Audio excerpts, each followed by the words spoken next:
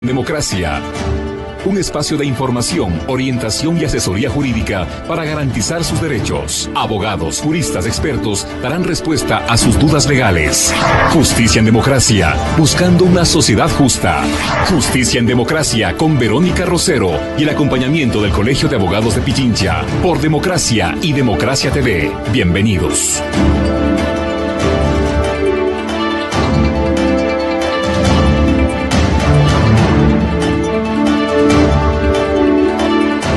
Señoras y señores, tengan todos ustedes muy buenos días. Qué placer acompañarlos el día de hoy. Estamos en un nuevo espacio, ya sabe usted, Justicia en Democracia, como todos los días miércoles. Gracias a la gentileza del Colegio de Abogados de Pichincha, nuestra emisión se transmite en nuestra frecuencia Democracia 920 AM y nuestro canal YouTube Democracia TV.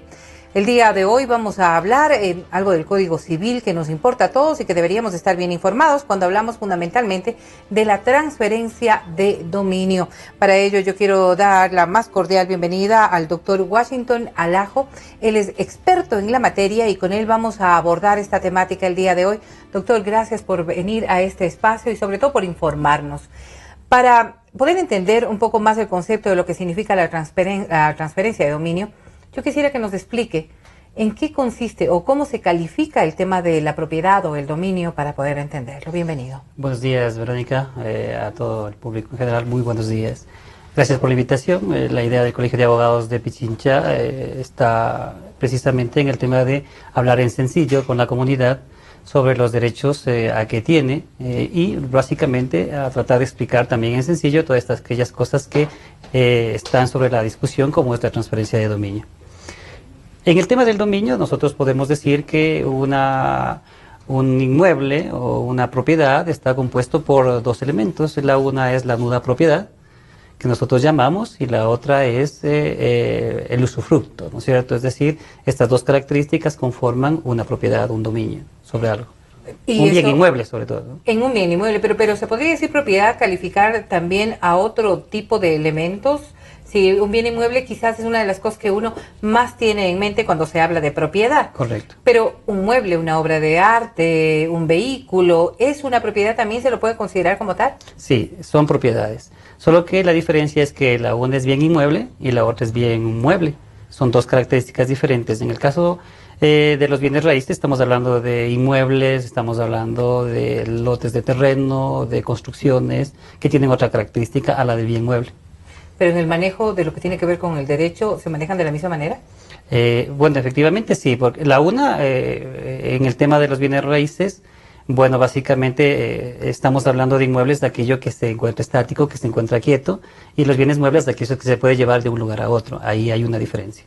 Ahora, si establecemos aquello, la posibilidad de transferir entonces el dominio puede ser variada, entendiendo que si hablamos de un bien inmueble, pues la compraventa quizás resulte ser lo más general, pero de allí vendrán también aspectos como la donación o la herencia que podrían estar vinculados a estas transferencias. Vamos a explicar un poco a nuestra audiencia, doctor, cómo se maneja aquello. Si yo digo, por ejemplo, un bien inmueble, y usted bien lo hacía en referir, cualquier cosa estática, me refiero yo a que esto podría ser un terreno de cualquier dimensión, una construcción de cualquier dimensión, en cualquier área que se encuentre ubicada, por ejemplo. Partamos desde ese principio porque muchas de las personas que ahora mismo nos están escuchando podrán tener reparos a la ubicación de un bien inmueble. Por ejemplo, me hago a la cuenta de un terreno que esté en una zona en donde aún no ha sido legalizado, por ejemplo, no sé, un sitio que no tenía antes la capacidad de poder albergar un bien inmueble, una ladera, una quebrada posiblemente, y encontramos lastimosamente que en muchas de las áreas circundantes a la capital de la República todavía se maneja ese concepto. Y hemos observado en todo el país que el tema de las invasiones también ha sido una manera de poder adquirir. ¿Cuándo, entonces, se puede hacer realmente legal una transferencia de dominio de un bien como el que yo le describo? Bueno, se pueden transferir bienes, en general se denominan bienes, ¿no? Porque el bien puede ser en cuerpo cierto, o sea, un lote de terreno debidamente especificado, o puede ser una parte de este lote de terreno, lo que se denomina derechos y acciones. Pero El tema de la transferencia de dominio viene cuando alguien es propietario de algo y quiere entregárselo o quiere vendérselo o quiere donárselo a otra persona. Esta persona natural o jurídica puede ser el propio Estado, el propio municipio, o puede ser una persona de carácter privada que simplemente quiere transferir este dominio a título oneroso, es decir, por un precio, por un valor X, o lo quiere hacer cuando se trata generalmente entre familias, entre padres de hijos, a través de una donación. Pero doctor, el terreno tendrá que estar legalizado. Lógicamente.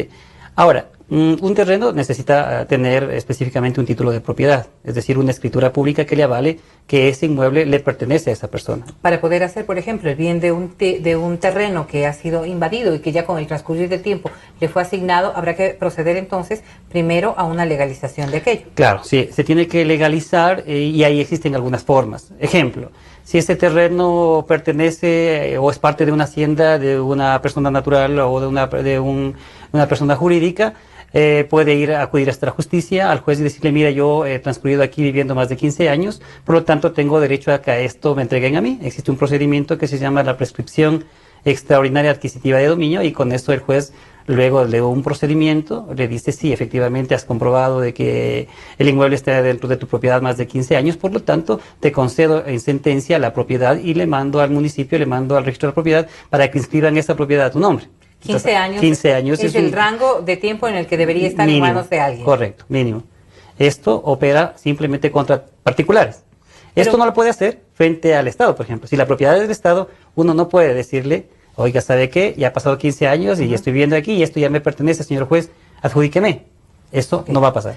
Obviamente, y simplemente para aclarar a muchos de ustedes, una duda que puede surgir es que si yo vivo en un bien inmueble durante 15 años, bajo una modalidad de arriendo, eso no me permite adueñarme de ese bien, ¿o sí, doctor? No, no le permite, porque usted acaba de decir bajo la modalidad de arriendo, es decir, que existe un contrato de por medio, o existe un reconocimiento tácito de que efectivamente yo pago una renta, o pago un haber, en función de ese inmueble o de esa propiedad de ese departamento que me han prestado, que me han dado en arriendo. Le cambio la panorámica y es una persona que está cuidándome la propiedad.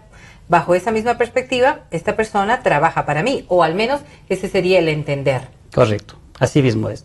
Lógicamente ya dentro de los procesos judiciales existen los términos probatorios, ¿no es cierto?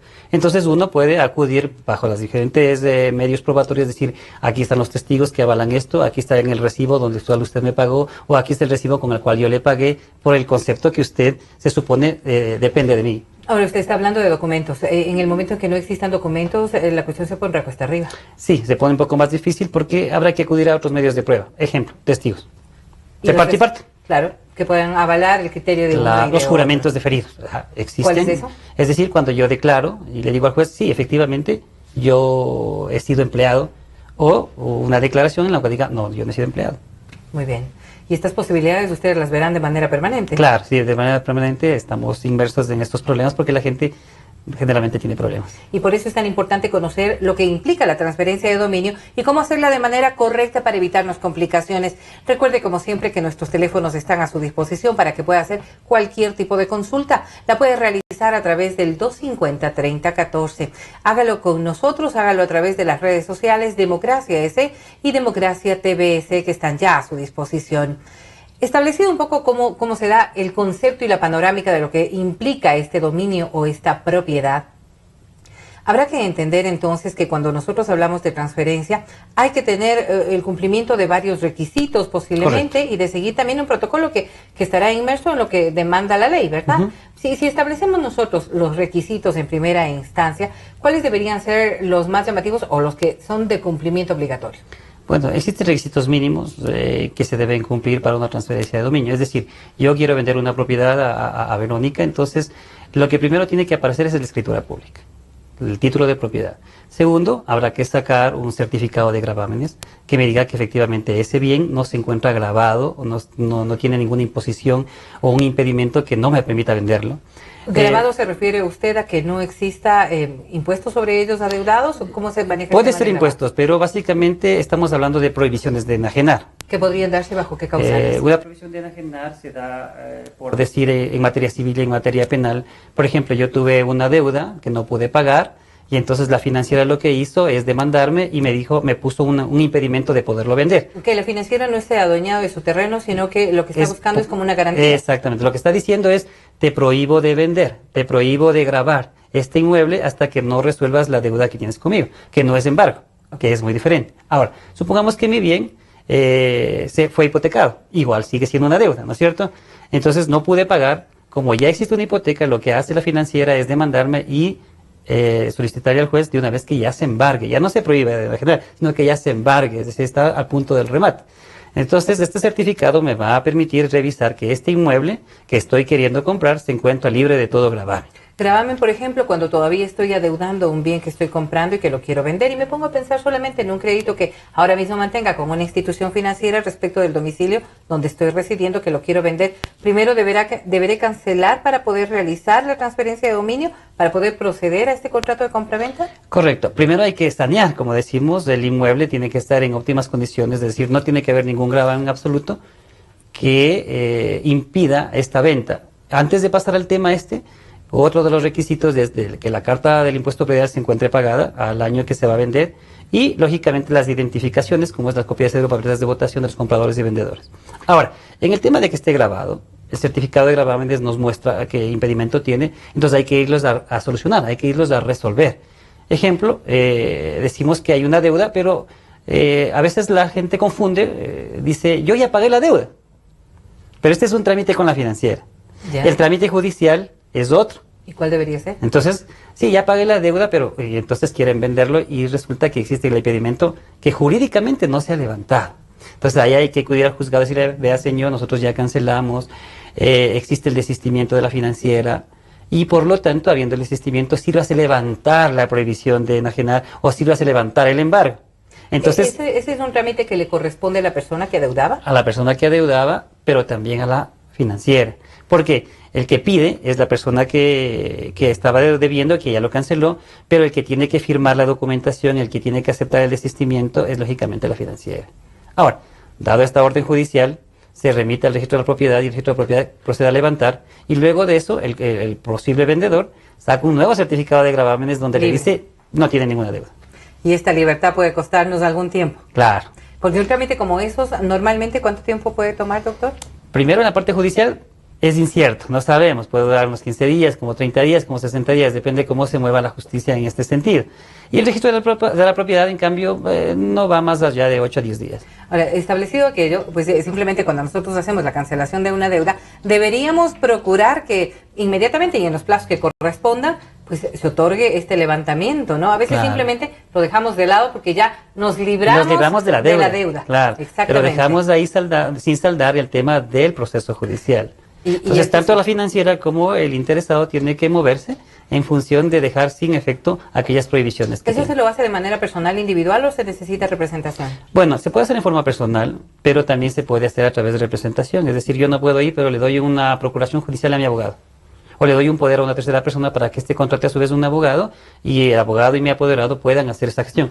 Y eso porque a veces nuestros compañeros migrantes, ¿no es cierto?, viven en el exterior, hacen deudas acá, a veces no pueden pagar, les va mal allá. Entonces emiten una procuración judicial acá a un abogado o un poder a un familiar, a su vez contrata al profesional y proceden a hacer la gestión. Que es lo que normalmente se ha observado en el transcurso de los últimos así años. mismo. Y precisamente por las deudas que muchos de los migrantes han adquirido en territorio nacional. Ahora, este recorrido que uno tiene que hacer, ¿dónde debería iniciar? Si yo quiero, por ejemplo, vender un bien inmueble, ¿verdad? Y entendamos que hemos procedido ya a sanear totalmente todo lo que tenía relación con el bien inmueble, es de mi propiedad.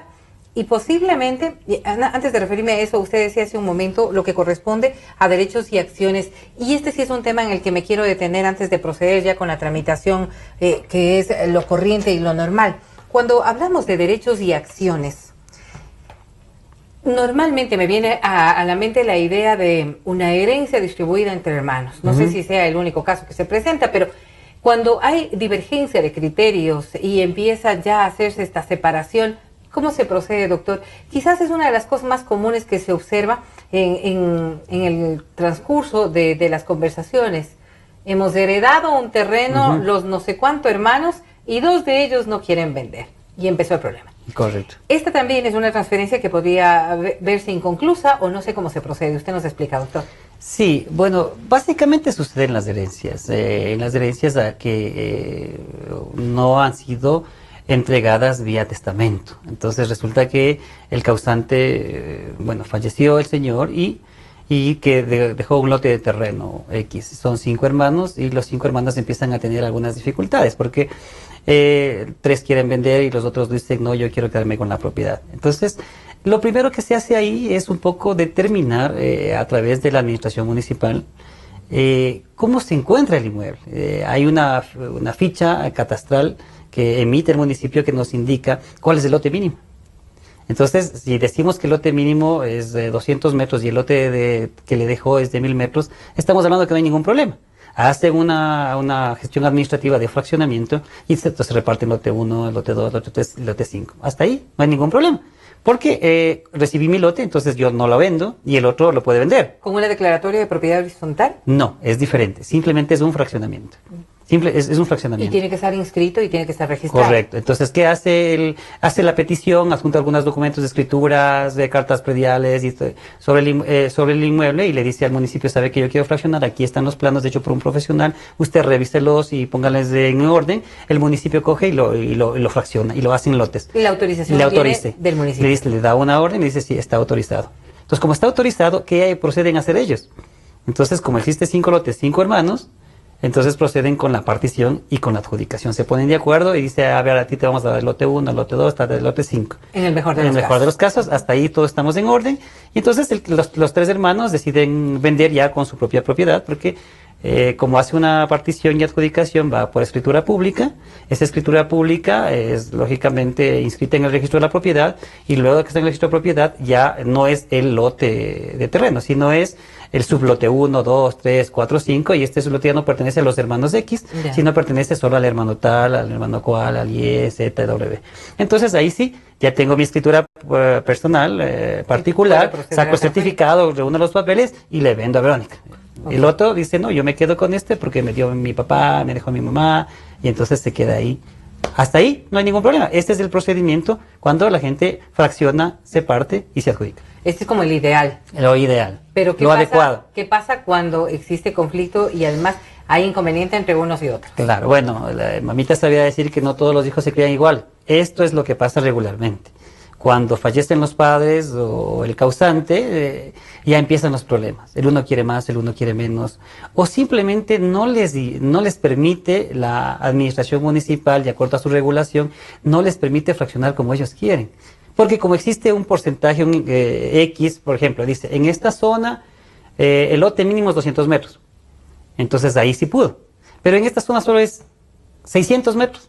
Era 1000, claro. Son 5, 600 metros lote mínimo, solo se podría hacer un lote y un poquito. Eso es imposible. Ahí ya no se puede. Ahí empiezan los conflictos. Pero... ¿Y cuáles son los procedimientos ahí? Pero yo sigo siendo propietario ya no del lote porque no he fraccionado, sino del porcentaje. Como somos 5, soy heredero del 20%. ¿Puedo vender mi 20%? ¿Cómo? Sí. Sí puedo venderlo, mi 20%. ¿Son mi 20%? Sí, en derechos y acciones. Son mi 20%, digo, a ver, ¿quién quiere comprarme el 20%? Ya, entonces la gente se arriesga y compra el 20%. Pero de una cosa que todavía no está cierta. No está cierta, porque el 20% de qué parte de este terreno me va a tocar. ¿El 20% de qué? De una parte de este terreno. ¿En dónde? No sabemos, porque son derechos y acciones, pues no es cierto. Entonces puede ser en la parte norte, en la parte sur, en el este, no sabemos. Regularmente lo que se hace es llegar a un acuerdo extrajudicial, ¿no es cierto? Entre el hermanos dice, vean, hagamos una cosa, repartámonos. Claro. Entonces ya tácitamente se reparten y entonces trazan líneas y dice aquí vamos a tener lote 1, 2, 3, pero esto ya es extrajudicialmente. ¿Por qué razón? Porque no se puede incluir, ¿no es cierto? No se puede fraccionar, no nos van a autorizar el municipio del fraccionamiento ya que existe esta prohibición. Por lo tanto, puedo venderlo sin derechos y acciones y no necesito la firma de los demás hermanos. Solo vendo mi porcentaje. Ahora, difícil, por ejemplo, cuando nos consultan si es que, por ejemplo, hay el caso de que uno de los hermanos vivía en esa propiedad a repartir. Y este tipo de cosas se suelen ocurrir también. Un hermano que se siente dueño de este, tampoco se podría lograr una repartición y por ende tampoco podría esta persona vender ese bien ni los otros hermanos, entiendo yo. Correcto. Sí, a veces resulta, es parte de la idiosincrasia, es un tema cultural, básicamente. Yo me quedé hasta el último con mi mamita, por lo tanto, yo creo, ¿no es cierto?, que tengo derecho a quedarme aquí en el terreno, ya que ustedes, uno vive en el extranjero, el otro vive en Quito y el otro vive en Cuenca, y entonces nunca estuvieron pendientes, ¿no es cierto? Si es que existe testamento, las cosas estarían resueltas, porque lo que va a decir que el causante es, antes de fallecer, va a decir, yo heredo todo a mi único hijo porque él me cuidó y a los demás quedan desheredados. Pero si esto no ha pasado, todos tienen derecho todos tienen derecho por igual. Ahí, a prorrata, no hay otra forma. Por igual, en la medida en que antes decían, y es lo que me dicen, que los hermanos mayores tenían mayores derechos. Ese tipo de cosas no existen en la ley. No existen. Eso no existe. Esto es un problema cultural. Entonces, como cuando uno es niño, el hermano mayor tiene una mayor experiencia y él es el que nos guía cuando no están los padres.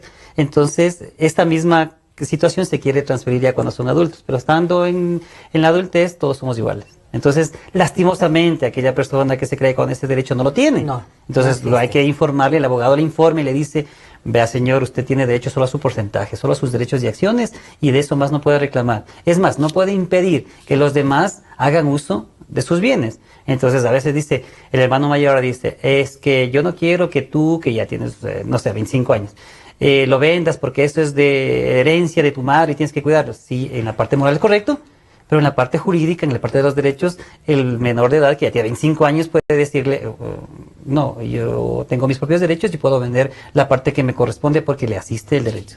Usted acaba de dar en un punto porque nos están consultando si es que esto está claro en un terreno. ¿Qué pasa cuando es una casa y uno de los hermanos vive en esa casa? Entonces ahí como que se vuelve un problema aún mayor. Que los otros hermanos pueden hacer una transferencia de dominio, pueden vender una parte de esa vivienda, imposible. Es lo mismo que un terreno. El tema es personal, ¿no? Es decir, yo no los dejo entrar, yo les miro con mala cara y aquí se queda porque esto es mío, ¿no es cierto? Entonces, pero ¿y legalmente cuáles son las herramientas? Legalmente habría que acudir ante un juez para que en primera instancia el juez tase la propiedad y diga el inmueble, la edificación, claro. Tasar es decir, el juez ordena que un profesional, un perito, vaya y diga cuánto cuesta esa propiedad. Esa propiedad, por decir que cuesta $100,000, esta propiedad, después de que termine el proceso, en sentencia, se resuelve, mejor dicho, que esta propiedad cuesta X valor. Luego viene otro procedimiento, que ya viene el de partición y adjudicación del porcentaje que le corresponde a cada uno, ¿no es cierto? Que ya es un poco más forzoso, ¿no es cierto?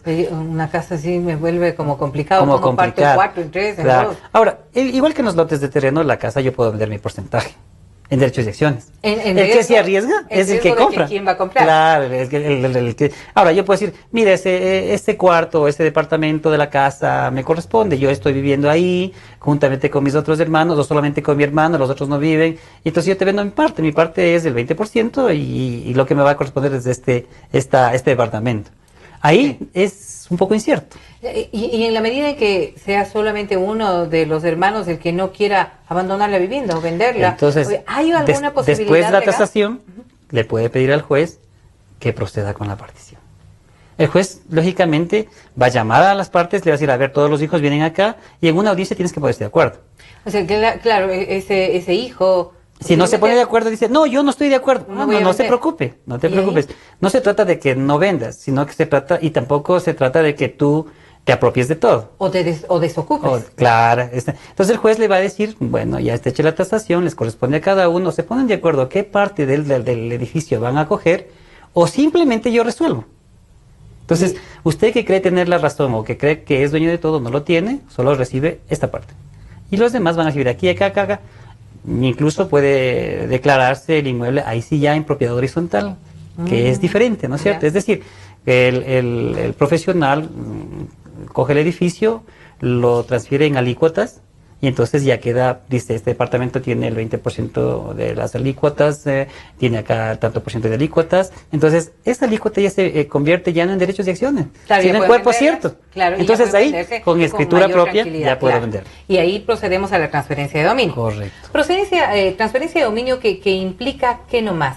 ¿Qué deberíamos nosotros entender en el momento de la compra-venta? Nosotros normalmente lo que entendemos es el factor de hacer una escritura pública, proceder a la cancelación, firmar los documentos y hasta ahí llegó.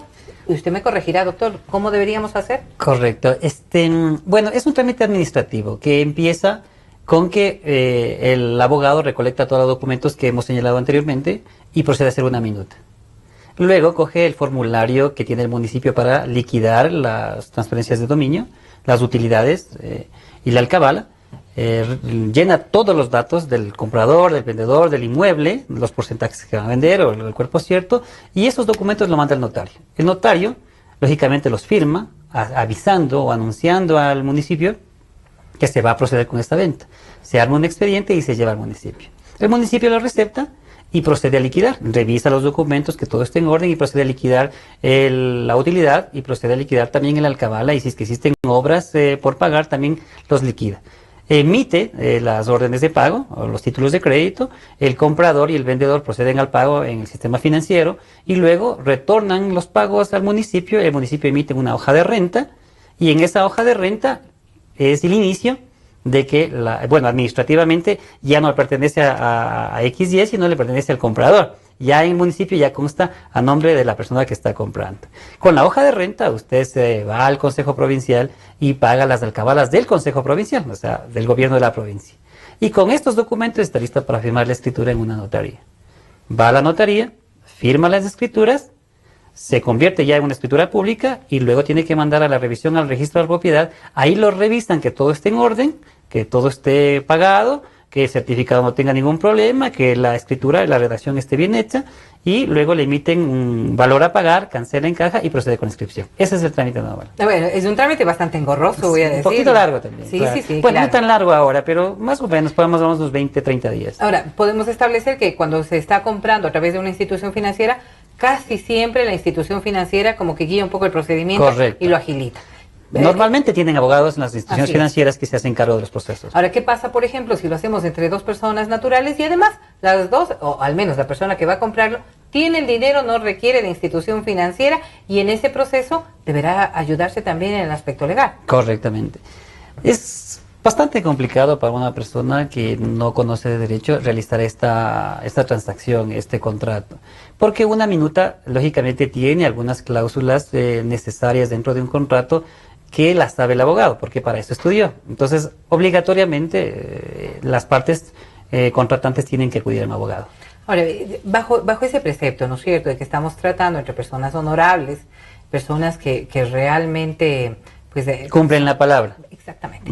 Porque uno ha oído casos en donde realmente también se ha procedido a estafar a muchos ciudadanos en este tipo de contratos. El abogado deberá garantizar que no exista, por ejemplo, un uso o un abuso más bien de cualquiera de estas dos personas. Regularmente lo que hacen, o sea, la confianza un poco se ha perdido en la palabra. Y entonces las dos partes tienen su propio abogado. Pero principalmente quien se asegura tener abogado siempre será el comprador. Claro. Obligatoriamente, porque tiene que proteger sus bienes. Porque sí, va a comprar un inmueble, pero va a desembolsar un dinerito, ¿no es cierto?, que puede ser bastante significativo. Perder ese dinero no es apropiado para nadie, y entonces lo que hacen es contratar a un abogado.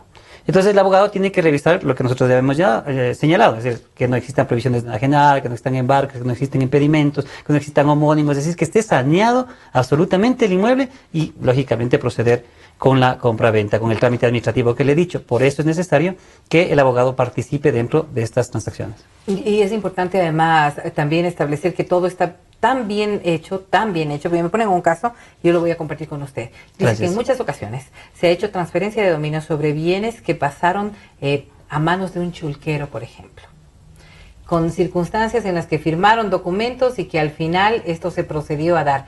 ¿Hay posibilidades reales de que un bien inmueble pase de manera ilegal a manos de otra persona? Bueno, todo se puede ver cuando se trata de forma ilegal. Cuando existen ilegalidades, lógicamente la gente hace lo que tenía que hacer o lo que quiere hacer para llegar o llevar adelante esta ilegalidad. Pero la gente, por sus necesidades, muchas veces lo que hace es prestar, digo yo, la escritura que tiene a un tercero, a un chulquero, a una persona no recomendable, ¿no es cierto? Y le presta un dinero. Este chulquero ahora se ha modernizado, porque antes simplemente le cogía la copia de la escritura y se la guardaba con la letra de cambio que firmaba y simplemente esperaba que... Una especie de garantía. Una especie de garantía que en definitiva no era garantía, ¿no es cierto? Sí, la garantía que le correspondía al chulquero básicamente era la letra de cambio. Y como estaba firmada en blanco, entonces le ponía... La deuda que era de 20.000 le ponía 100.000 y el interés que era, no sé, del 8% le pone el 14, 15, 20, 25%, lo que dice la máxima tasa convencional del Banco Central y luego empieza a cobrar. Si la deuda era del 2004 al 2000, digamos, de 2014 al 2016, le puso año 2000. Pues estamos hablando de una deuda un poquito grande, pues por los intereses cada año va creciendo. Pero ahora se han modernizado, entonces dice, yo te presto la plata, te presto el interés del 10% mensual, pero tienes que firmarme la hipoteca. Entonces ya lo hipotecan ya.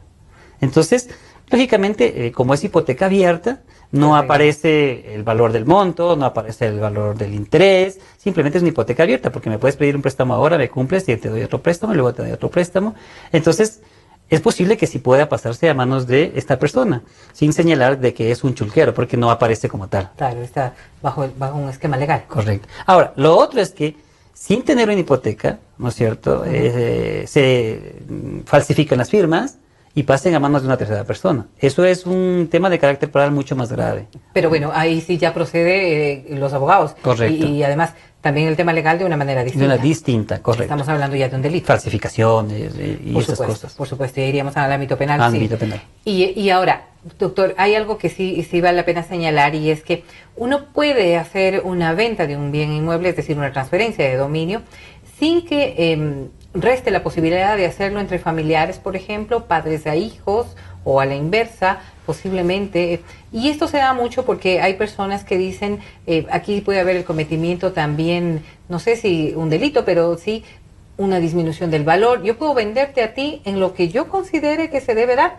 ¿O es que esto tiene que estar reglamentado también por alguna normativa? No, sí, regularmente entre padres de hijos, bueno, antes existía algunas, digo yo, podría decir, limitaciones por el tema de los costos que implicaba hacer una donación o hacer una compraventa. Regularmente, antes se le recomendaba, no, mejoras por compraventa porque es más fácil o porque te evitas un cierto gasto. Esto realmente no tiene mucho sentido. Sí le puede vender una propiedad de padres a hijos, sí se puede vender, y le puedo vender en el valor que sea, que a mí me crea conveniente. Por ejemplo, yo le vendo a mi hijo el inmueble regularmente, comercialmente cuesta $200,000, está evaluado de acuerdo al municipio en unos 160,000, pero yo decido, como estás recién empezando, recién terminaste la carrera, decido entregarte en unos $50,000. ¿Lo puedo vender? Sí, no hay limitación. No hay limitación, porque el municipio toma sus previsiones, tiene sus propias normativas. Entonces, ¿qué es lo que hace el municipio? Tiene dice, a ver, ¿sobre qué valor le vamos a calcular la compra, ¿no es cierto? O la transferencia de dominio, la utilidad y la alcalá, ¿desde qué valor? Entonces, si es que el valor es menor al valor que está establecido en el municipio, simplemente le cogen el valor del municipio. Si es que el valor es mayor, el que está vendiendo la persona, le cogen el otro valor mayor. Esto regularmente sucede entre padres de hijos. Ahora, lo otro ya son las donaciones. Claro, ¿cierto? Yo te regalo, de eso vamos a hablar precisamente porque nos toca irnos a una pausa, pero vamos a retornar con algo que nos parece importante que usted esté claro. Hemos visto un poco lo que significa la transferencia. Antes, doctor, y solamente antes de irnos a la pausa, si hablamos de esta transferencia de dominio respecto de un bien inmueble, ¿mismo proceder en transferencias, por ejemplo, de un vehículo? Sí, similar. Lógicamente, ahí ya no aparece el municipio como tal en la transferencia de sino otros organismos, sí el municipio, pero otros organismos de carácter nacional. Bueno, vamos a explicarlo aquello y también vamos a hablar de lo que significa la herencia y la donación. No se vaya, por favor, acompáñenos y háganos conocer sobre todo sus inquietudes. 250-3014 a su consideración. Retornamos en Justicia en Democracia. El derecho a la justicia es para todos, sin violencia.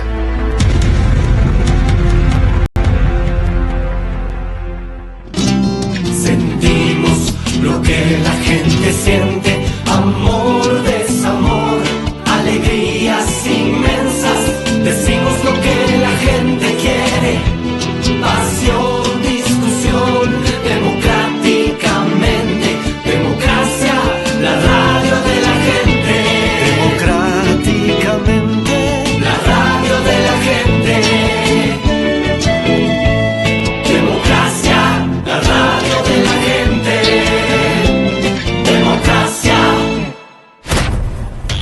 Democracia. Sobre la emergencia de gas y energía que se está viviendo en la costa Caribe. Democracia. Rusia retoma críticas por retenidos en base naval de Estados Unidos. Democracia. Formulé el primer pedido histórico de perdón a las víctimas de las graves violaciones de los derechos humanos. Democracia. Solo noticias. Desde el Distrito Metropolitano de Quito, Cadena Democracia, la radio de la gente. Donde hay poca justicia, es un peligro tener razón. Francisco de Quevedo.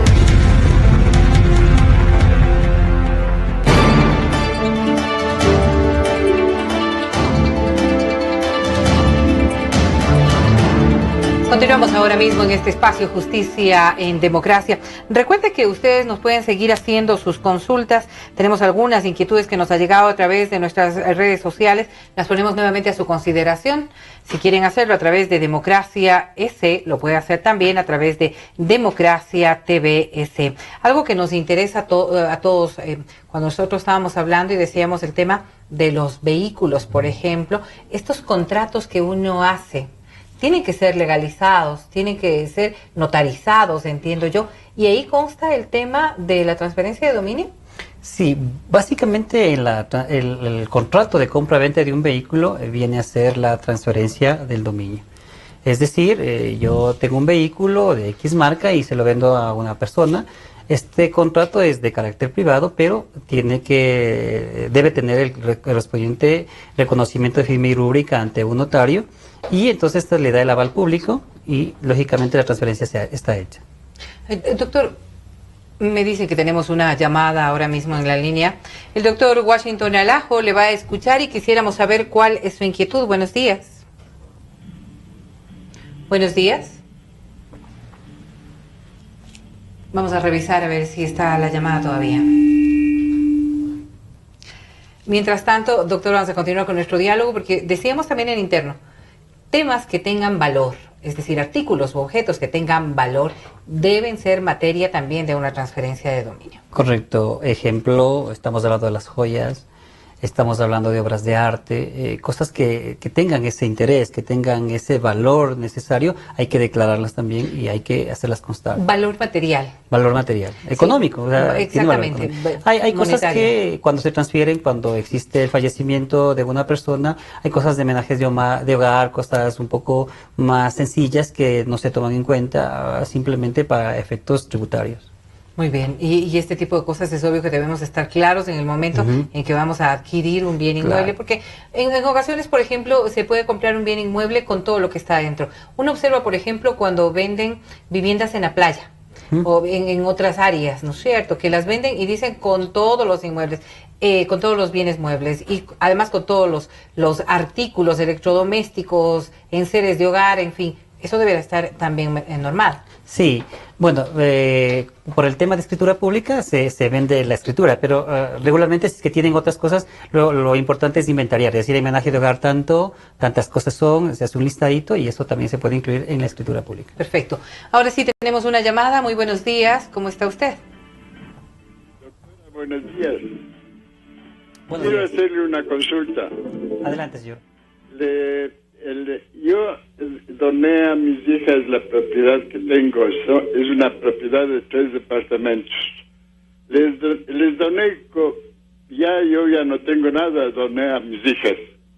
Resulta que una de mis hijas falleció. Luego el abogado que es de casa consulté y me dijo que claro hay que hacer la declaración de fallecimiento de mi hija para que me reintegren otra vez la donación que yo hice. Bueno, todo bien.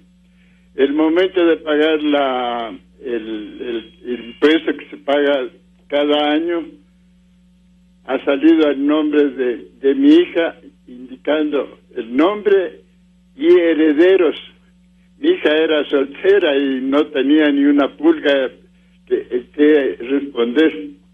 Pero ¿por qué el municipio sigue poniendo en el impuesto el mismo nombre de mi hija y herederos?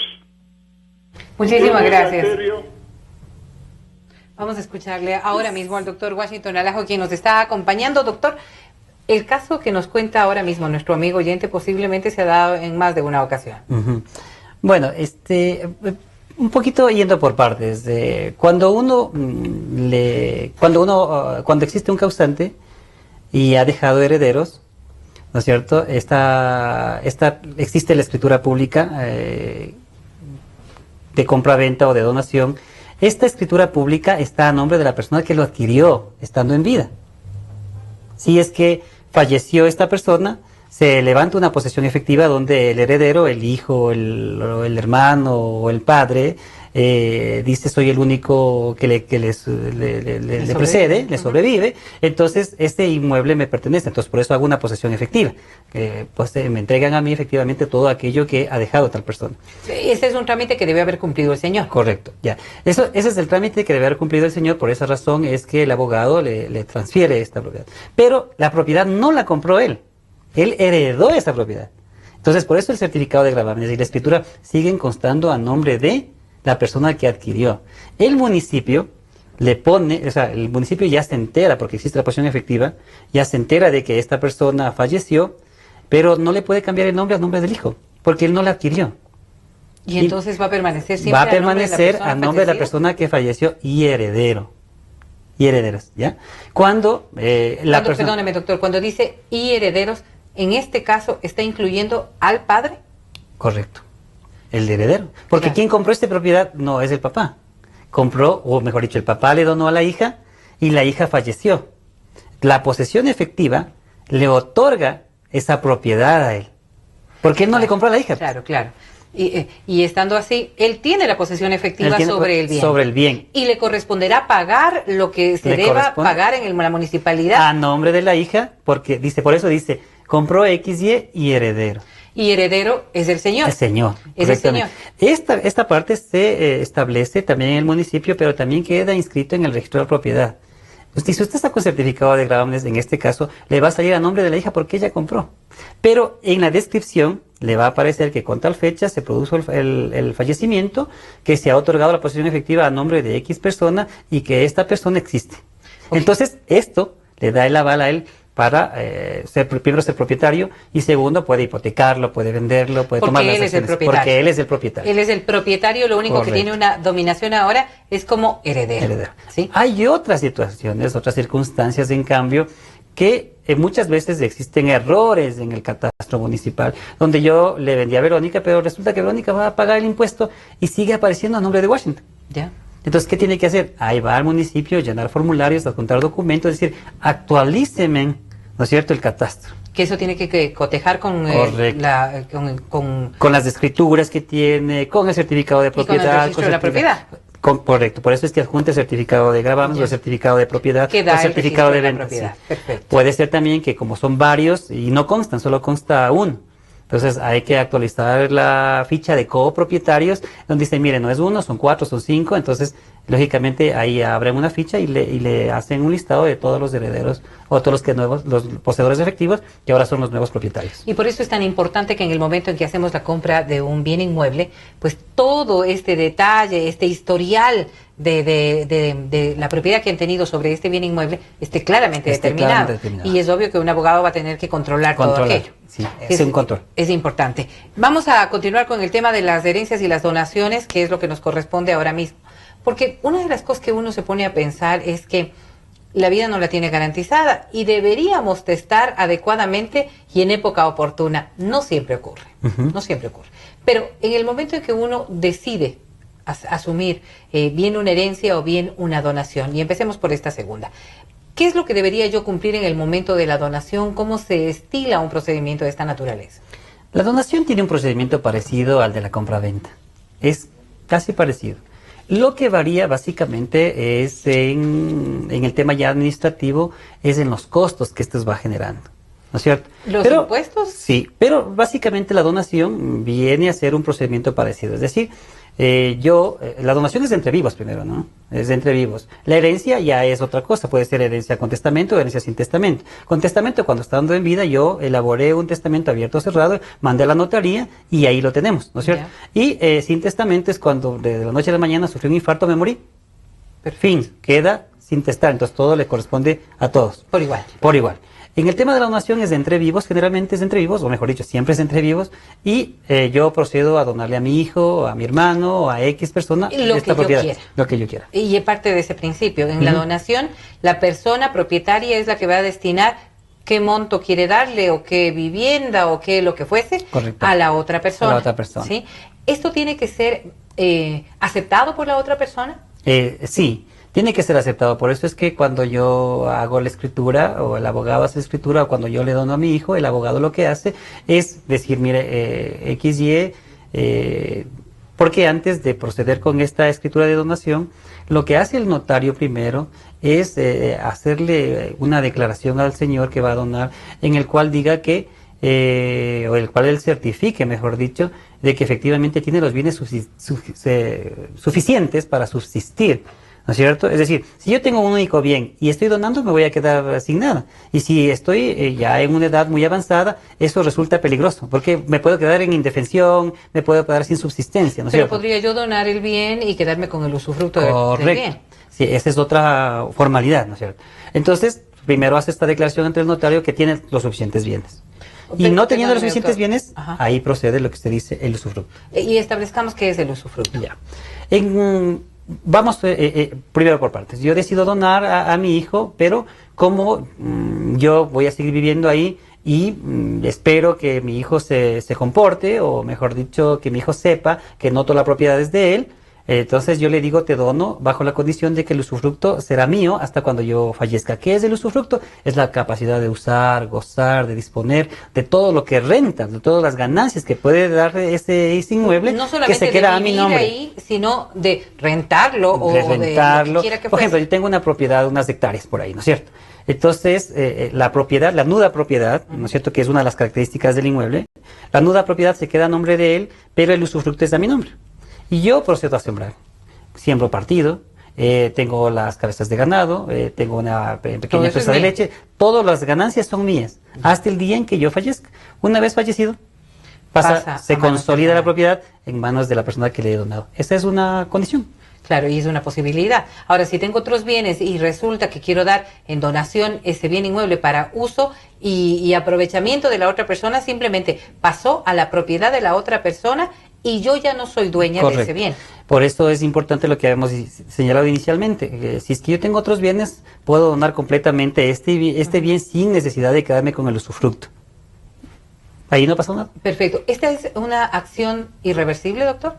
Es irreversible en tanto y en cuanto existan es decir, no pase nada, podríamos decir, porque es probable de que, como le doné a mi hijo en algún momento se portó mal, me faltó el respeto, me alzó la mano, o hizo algo que no me parece que esté correcto, incluso habiendo señalado que es irrevocable, siendo una donación entre padres de hijo, esta donación podría ser revocada. Es decir, yo podría retomar porque mientras yo viva todavía puedo hacerlo. Todavía puede ser. Ahora, ¿qué pasa, por ejemplo? ¿Hay otras maneras de impugnar una donación? Sí, muchas veces, supongamos que el señor en vida le donó algo a alguien, pero luego falleció y resulta que lo que tiene a su haber no es suficiente para los demás. Pero entonces, ellos tienen la capacidad de impugnar el testamento. ¿Puede impugnar la donación la persona que otorgó la donación? ¿O una tercera persona? Cuando haya fallecido, le corresponde a los hijos, ¿no? Y el que donó, que estando en vida todavía, puede hacerlo en forma directa. Por ejemplo, quienes tengan hijos fuera del matrimonio, o una nueva pareja, o una circunstancia que me pongo a pensar externa a esta realidad que estaba viviendo en el momento de la donación, ¿pueden impugnar esas donaciones? Verá, cuando regularmente, pongamos un caso. Yo tengo una propiedad y tengo una hija, y entonces hago la donación a mi hija. Pero esta donación que lo hago a mi hija significa, yo tendría que decirle dentro de la escritura que la donación le hago a nombre del matrimonio, a nombre de la sociedad conyugal, a nombre de los dos, para que la propiedad sea de los dos, ¿ya? Pero si la donación la hago específicamente a mi hija, por más que ella se encuentre casada, la propiedad no va a nombre del cónyuge. No va. Y eso generalmente hacen los padres por precautelar los intereses de sus hijos. A veces los matrimonios no son como los antiguos, ¿no es cierto?, que duran toda la vida. entonces duran parcialmente 10, 15 años, no sé, la época que quiera durar. Y cuando uno se ha donado a la pareja, lo que sucede es que cuando se divorcia, el que se divorcia también se va llevando el 50%. Entonces, eso un poco afecta a la moral, afecta al carácter de la persona que donó, porque le parece injusto que habiendo donado a los dos y que ya habiendo dejado a su hija, se vaya con el 50% de su bien. Pero sí se puede hacer exclusivamente a la persona que sí se puede hacer. Lo mismo pasa cuando alguien fallece y deja los bienes, ¿no es cierto? Es decir, son dos hijos que quedaron y esto lógicamente tiene que departirse entre los dos. Pero esta herencia que recibe es a título personal, es hacia la persona, no es hacia el cónyuge. Entonces está casada sí, pero no entra dentro de la sociedad conyugal, sino del patrimonio personal. Está claro, pero ¿qué pasa, por ejemplo, si es que el padre decidió donar exclusivamente a uno de los hijos y al otro hijo no? ¿Verdad? Es una decisión al fin y al cabo del padre y podríamos decir en un tema ético y moral, es una decisión que habrá que respetarla tan solo, pero correcto. En lo legal, ¿este otro hijo, por ejemplo, podría impugnar esa decisión? En contratos en vida es difícil, no es posible. Lo que pasa es que los padres no están obligados a dejar herencia a los hijos. O sea, yo hice mi imperio económico, compré mis bienes, tengo mi patrimonio y mañana resulta que ya pienso que me voy a ir de este mundo, entonces decido vender todo y me voy. Entonces el hijo va a decir, pero ¿cómo no me dejaste nada, no? No hay obligación de dejar herencias. No hay obligación de dejar herencias. Claro. Ahora, moralmente, moralmente la gente se siente afectada. ¿Cómo va a ser posible? Mi padre ha vendido, le ha entregado a X, Y, Z, siempre hay estos problemas, le ha entregado al hijo de acá, y resulta que a mí no me ha dejado nada. Pero estando en vida, no es obligación entregar herencia. El tema de la donación, no me quiero apartar de aquello porque le voy a invitar, doctor, para poder encontrarnos nuevamente aquí. Le agradezco mucho. Y sobre todo hablar de lo que implica la herencia, que es un aspecto un poco más amplio en la normativa, como también en otras implicaciones que puede tener. Sí, pero en el tema de la donación, yo sí quisiera, ¿qué deberíamos tomar en cuenta? Las personas que vamos a donar como aquellas que van a recibir en su momento para estar todo normado. Entiendo yo que deberán hacerlo también, no sé si a través de un abogado, en una notaría, ¿cuál es el procedimiento? Sí, habíamos dicho que hay una similitud en el tema de la compra-venta, entonces en una minuta se establece lo que se va a donar y lógicamente la persona que está donando acepta esta donación. Entonces ahí se configura esta donación.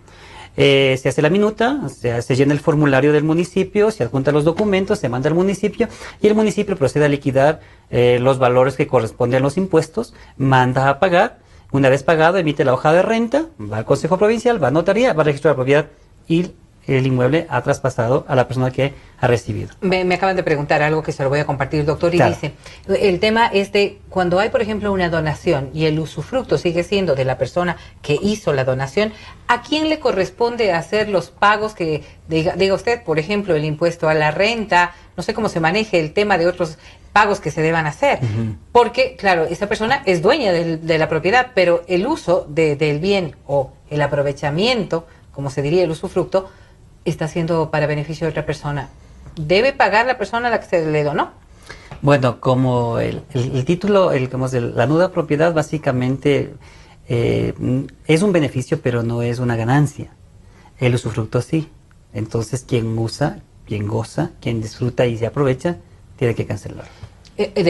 Por ejemplo, el derecho ¿sí? Y el impuesto debería ser pagado por la persona que está haciendo uso. Correctamente. Más allá de que ese papeleta sí va a salir a nombre de la persona a la que se le donó. Del nuevo propietario. Oye, qué complicado resulta el trabajo, doctor. Claro. Y por eso nos parece tan importante entender un poco cómo se dan estos procedimientos, sobre todo para no cometer errores. Bien lo decía el doctor en el transcurso de esta entrevista. Pensamos que todos obramos de la misma manera, que lo hacemos con el valor que debería tener la palabra. Lamentablemente en la sociedad podemos encontrar personas que lo pueden o no lo pueden hacer. Y lo que deberíamos es garantizarnos que actuemos dentro de lo que estima la ley para evitarnos cualquier tipo de complicación. Muchísimas gracias, doctor, por habernos acompañado. Muy agradecido por la invitación. Recuerde que la invitación está planteada, procuraremos hacerlo para hablar también de las herencias. Yo quiero agradecer y muchísimo al Colegio de Abogados de Pichincha, al doctor Washington Alejo, quien nos ha acompañado el día de hoy, y a ustedes por acompañarnos permanentemente los miércoles en Justicia en Democracia, que volverá la próxima semana.